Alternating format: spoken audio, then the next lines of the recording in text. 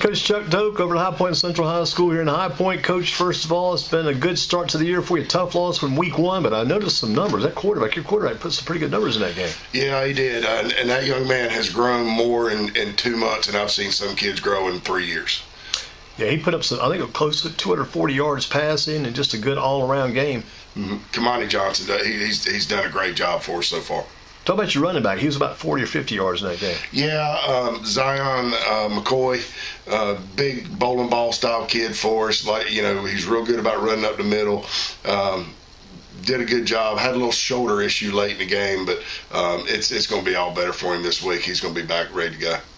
And talk about, if you will, your opponent this upcoming week. Who do you have this week? Don't even have to mention that. We know this week is a big Andrews game. Forget about that. No extra. It's not like Reynolds, not like Oak Road, not like anybody on the side. This is the biggest game of the year in most ways for you guys against Andrews. So huge, so big, and it all comes up in week number 2 of all things. Yeah, this is one of those games where, we wish we could do either first game or later in the season, but because of where it falls, we're prepared. Obviously, our numbers are a little small this year, but we're picking up students and kids as we go, and as our numbers grow, we feel better each and every day. But with our first half performance the other night, we feel pretty good right now. Because you had a lead in that first half against Reynolds, right? Yeah, we were up 6-3. Should have been 7-3. Somebody miscounted the extra point team, and that cost us a point. But should have been up 7-3, and going right at the half, we drop a ball in the end zone as time runs out for that would have put us up 12-13-3 going into half. That would have been big for us. Sometimes in early games like that, too, you get a good lead and you're playing well, and you're like, how long can we hold out? How long can you hold on to this? Because you think it may be slipping away sometime, but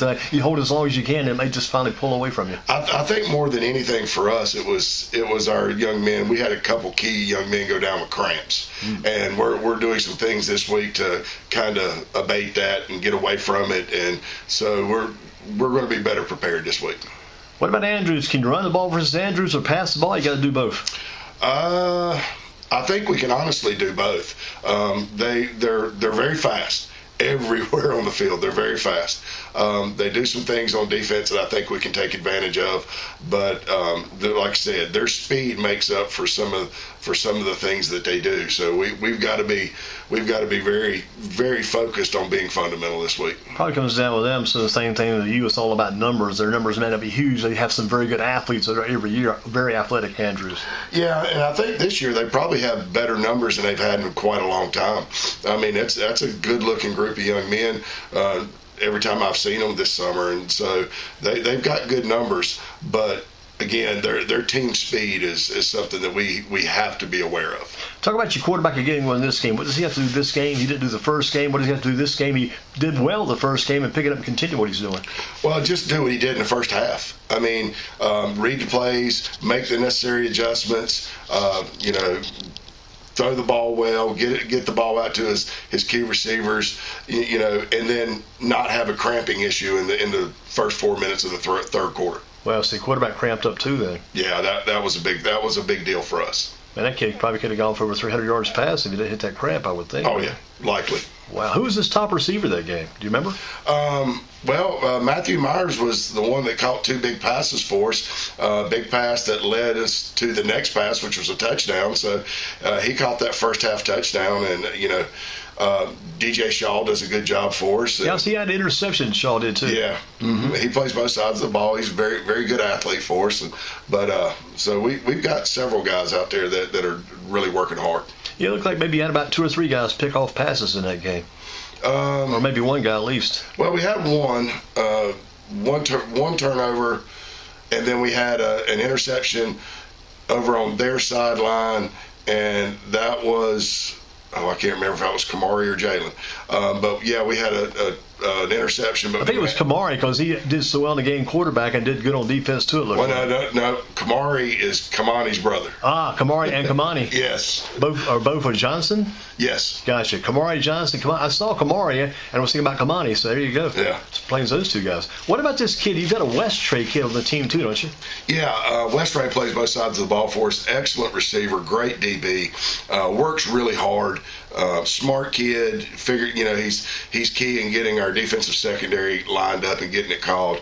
Does a really good job for us. Remember, you had a brother played here a few years ago back in the day, I think. Maybe, but me being here only 2 months, I haven't quite figured all that out yet. And I got to go back and look up the story on that one. I think it might have been the story on the West Stray kid, the older West Stray kid. It might have been the kid who got killed in that car wreck in Lynchburg, Virginia a few years ago. Had a tragic accident that came about. So I'll go back and look all these things up later on as we talk today with Coach Chuck Doak, who's really seen it all. I remember back in the days, you'd have to sit in the dugout in the heat of the month of June. It's nice and cool in Coach Cook's office here at High Point Central, the athletic director, Coach Mike Cook. But back in the day, we sat at Southeast Guilford Junior Legion baseball out in that heat. We were working there, and you coaching that team back then. You come a long way since. Plus, I think back in those days, I may be wrong. Correct me if I am incorrect, but I think I'm close to being on the right money. I think back in that day on that team, you had guys like was Dallas Newton. You had a guy too. I think Matt had Devin Sweet on that team. Yeah, well, we definitely had Dallas Newton. Devin. But it came later. Yeah, it came afterwards. Yeah, because Devin did pretty well. He made it to the Seattle Mariners this summer in the major leagues. Yep. Yeah, Dallas was not a bad player. Dallas was a good little pitcher for us. Did a great job. You had the little kid who went to the Naval Academy. I think he was at maybe second base. Had the other kid. Justin Reese. Yeah, he went to West Point. West Point, yeah. Yep. And you had Reese and Frazier. Remember those two guys playing together? Frazier did a great job for us. I mean, that whole group, that was just a great group of young men. I'll never forget the first game I coached with them. We went like Eastern Randolph or something, and we were down 3-0 in the third inning. I'm like, guys, what the heck? And all of a sudden we hit 2 home runs and a triple, and I'm like, oh, okay. I see now. We can play long ball and small ball, and they were fun to coach. You had that Shutt kid on the team, too, I think, didn't you? Dylan Shutt. Yeah, Dylan Shutt, Dustin Shutt's brother. I think you might have met that Ranneman or Ashboro team that summer, too. Had Luke Robinson, all Robinson, Caleb Robinson, all Robinson brothers that were playing in Greensboro during the year, and they got moved down there during the summer. So you met all the Robinsons. Yeah. Those guys were a tough power to face. They were. That was a tough group to play against. You remember all those guys, but how does a coach get in a situation like you're down at Southeast Guilford, things seem to be going beautiful, but then you make a change? How do you go about making these coaching changes? What brings these about?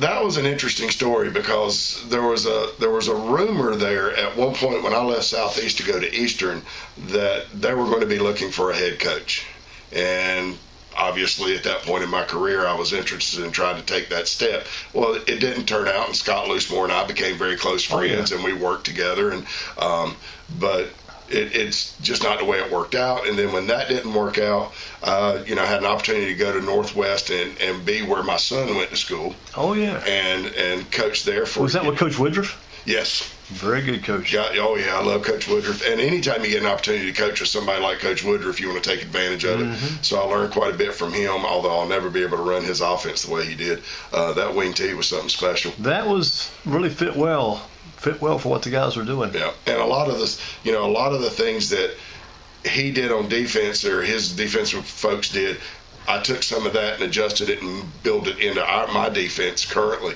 and it's still working today. I mean, it's still good stuff. And then you see a school like Southwest who has all that talent and needs coaching, and so I had the opportunity to go there and work with Scott Schwarzer for a year, and then Eric Rainey, and then myself. So Eric Rainey and myself, we did a pretty good job getting that program built to where it is today. And Coach Rainey's son was a pretty good player to have on there too. Oh yeah, he was. Yeah, Jaron was pretty good.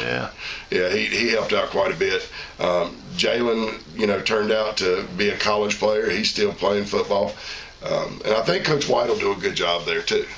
And then from Southwest, briefly, you took off down towards Charlotte. Down to Cata. Yeah, for about a year. Where I made a statement that I still regret to this day, because I'm one of those guys that when I get to somewhere and I want to build something, I want to see it through. And I get down to Cata and I announce, I'm not going anywhere till I fix this. Well, unfortunately, you can't buy a house down there, and you can't sell a house here during that time. And I was driving an hour and 40 minutes both ways to work and to home. And it just, we had 3 offers on our house. The last offer, we're going to the lawyer. The lawyer calls and said it fell through, don't come. So we couldn't sell, we couldn't buy, we couldn't rent. I couldn't drive that every day because it was killing me. And unfortunately, I had to go against my word. But yeah, that's a word I've put here, and I'm not going anywhere till this is back on track. And then you come back to Southwest, and you come over to High Point Central as assistant coach. All of a sudden, the head coaching job comes available. That was, I guess that was an fortunate event. So Coach Sheffield left to go back to Trinity, and I had the opportunity to interview for this position. And having been here all spring and into the summer, and Hettenbach, Mr. Hettenbach being our principal, we obviously we know each other. Mike Cook and I have known each other for 25 years. We used to coach baseball against each other. Yeah. So I had kind of an inside track there, and a little help. And it's kind of almost the intentional walk then when you made that move. yeah, it was. And I actually called here. I wanted to just come here. I was 28 years in. I wanted to be a defensive coordinator for a couple of years, ease on out, maybe get something started, be a support guy for somebody. And then all that happened, and here we sit. So preparation for Andrews this week. What's been the most important thing? What's been the key thing about preparing for Andrews this week for the High Point Central Bison? Battling the cramps. We got to get rid of that stuff. So we're taking some necessary steps this week. We're chocolate milking it after practice. We're making sure we're hydrating during practice and before practice. And like today, we have open house. So traditionally, our Tuesday is our full contact day. We did that yesterday. We're going to do our film and walkthrough day today so that we can have this nice, easy day going into open house here at school. And then Wednesday, we'll be right back at it at our regular practice scheme. And then Thursday, we'll finalize everything and be ready to go. Are they still using that vinegar and water for cramps? You hear about that talk? No, more than anything, they use pickle juice. Pickle juice, that's what, pickle juice. Yeah, so we have a 2-gallon jug of pickle juice we keep on the sideline. Gotcha. Performance-wise, again, Bison, High Point Central, how do they have to play against Andrews to be a winner? I don't think we have to be perfect, but I think we have to be physical. And we have to be mindful of our focus. We got to stay focused. We can't let little things get us off track, and just be physical. If we're the kind of physical that we showed Friday night, I think we'll be in good shape. And the key for Andrews, as far as trying to stop what Andrews does, what's the key about stopping Andrews?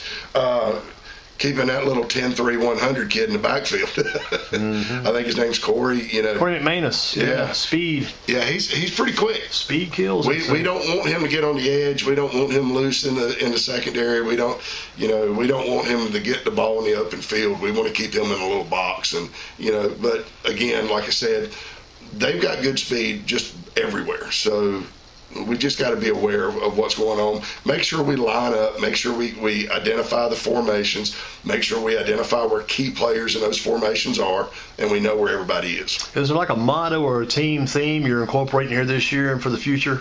Believe it or not, we've not come to that yet. Gotcha. We've just been head down and nose to the grindstone kind of thing right now. I'm not a big motto guy anyway, and generally it's the kids who come up with that because it works for them, and they really, Bison family more than anything. Bison family. And they really do. They're like a family. They have their little squirrels, those little qualms, those little arguments, but then boom, when it's time to go, it's time to go. And they put that crap aside and they get it done, and we get back to the locker room and everything's okay. It's like Bison, right? That's it. Coach, thank you for your time as always. Coach Chuck Doak, we could talk forever. We've been around each other quite a few years and made a lot of stops along the way. Keep up the good work, and congratulations on being here at Central, and good luck in the game Friday night against Andrews. Thank you. I appreciate it.